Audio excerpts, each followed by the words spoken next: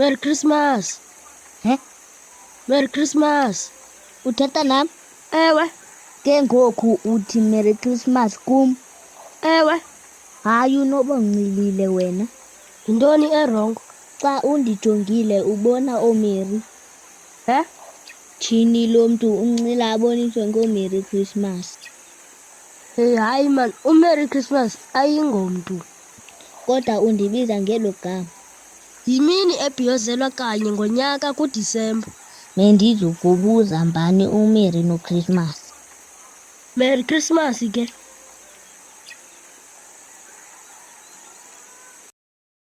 Yo, mqabela sisi yo. Udali wandithini na wandisamarela ndikuxelele.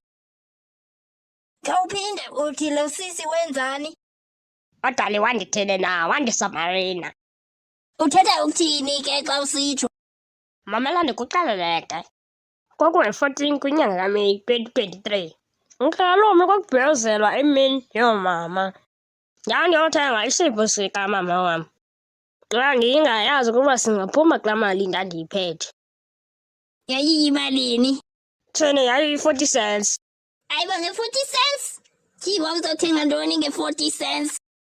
Tyhini ayaphuma amaqebengana namagungu ayi-4. Okay ke ndiyakuva. Qhubekeka. Njengokuba bendisatsho ke, ndingene apha eshop ndibone imantshi ihleli kwikhawunta. Ima, yintoni imantshi? Tyhini lo sisi, iimantshi ziimantshisi. Yinto enjani kaloku? Xa lo mqalo wakho utsolo uyeshushu ukwesitofu samalahle yintoni onoyithenga? Yi-ice, yi-apple mantshi. Masingaqhelani ke ukuba awufune kubhubha usemncinci. My sister, ndiza kuyinantsika ndikunantsike mna. Khawuthethe le nto uyizeleyo apha. Yima sisi, nguze ngoku. Yintoni? Uthi ndizele? My sister, ndiyakuqala nokubona sowusithi lawe ndizele. Umithi sisi wam, ngubani utata? Ufuna ibe ndim?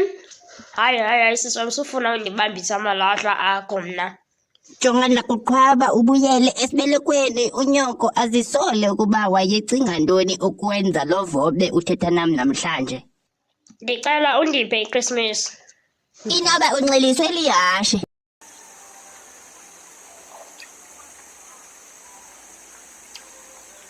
Merry Christmas Nqina.